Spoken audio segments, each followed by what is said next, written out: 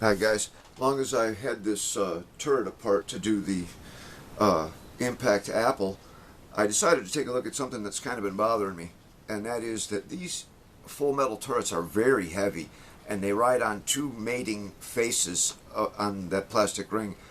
And a lot of times you'll notice that as you rotate your turret, it's kind of jerky and sticks a little bit. So I decided to try and do something about that. And I wish I'd have gotten a before picture, because before I started, it would not do that. I'd get maybe a quarter turn and the friction would stop it. Okay, so I'm going to kind of go backwards and show you what I did. I didn't really spend any money. It wasn't very difficult to do. I found that there's really only four surfaces you need to worry about. The two faces that meet together, the inside diameter of the upper hull top, and the outside diameter of the plastic turret ring. The two faces are what carry the weight, and the ring is how it gets its location for position.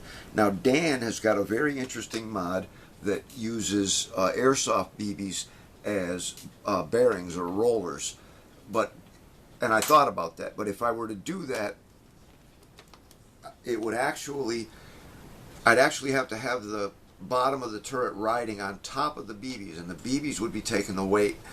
And I didn't want to do that because I wasn't sure what kind of problems that would lead to down the road as far as flex and distortion.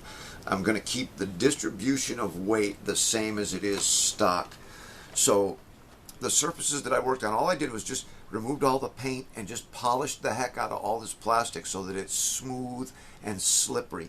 And you need to worry about this outside diameter on the slip ring. That's part of the location, and that locates on this inside diameter. Now this had paint on it, and it was flat paint, which is not smooth, and that was a lot of the problem, was the paint on there. Once I got rid of the paint, I found that it only rides for weight on two surfaces, and that's this face right here and this face right here.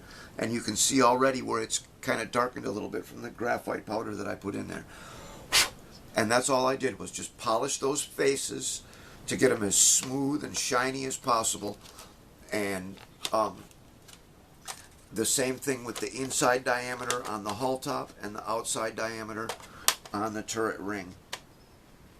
So once you get it all back together, because that one little face is what's carrying all your weight of the turret. And these plastic turrets, it's not too bad, but these all metal turrets, they're pretty heavy. I'm also thinking, I've seen a couple good mods on the forum for putting a brace in here to help carry the weight of that metal turret. And I think that's a pretty good idea, and that's something that I intend to investigate further later down the road. Let me just run these screws in. I got one more thing, and then we'll be out of here.